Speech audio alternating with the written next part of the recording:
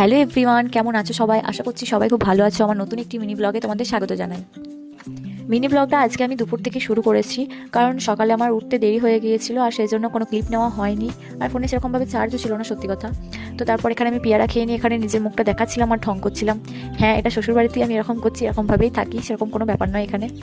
আর হাতে ফোন থাকলে সামনে যদি কোনো মিরর থাকে তো মেয়েদের তো ঢঙের তো জায়গা তো ওটাই করে নিলাম। তো স্নান করে আমি এখন ঠাকুর ঘরে চলে এসেছি। এই যে ঠাকুরের গ্লাসগুলো তুলে নিচ্ছি, আজ বড় মাটাকে দেখালাম, সেটা দাদা নিয়ে এসেছে কিছুদিন আগেই।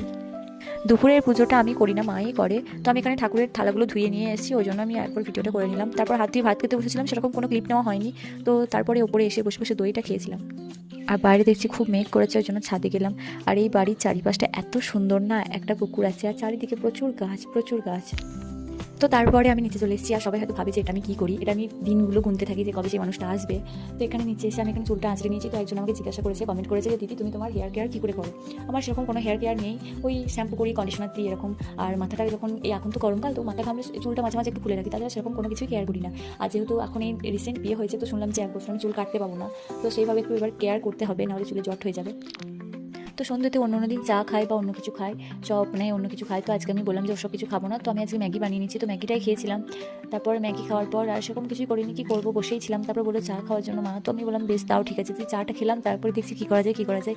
তারপরে মনে পড়ে গেল যে হ্যাঁ, ও তো আমায় বলেছিল যে ওর জামাগুলো আর ওর কিছু পাঞ্জাবি আছে সেগুলো আয়রন করে রাখতে। আমার খেয়ালই ছিল না, তো সেটা মনে পড়াতে আমি সেই কাজগুলোই করে নিলাম। তো আয়রন করেই যাচ্ছি, শেষ আর হচ্ছে না। ওকে আমি ভিডিও কল করে বলছি আর কিছু ছিল বাকি, এরকম হাসি মজা করছিলাম। তো ও যখন বাড়িতে ছিল তখন আমি আয়রন করতাম, আর ও একবার করে আসতো আর আমাকে জ্বালাতো, একবার করে আসতো জ্বালাতো, সেইগুলোই ভালো ছিল।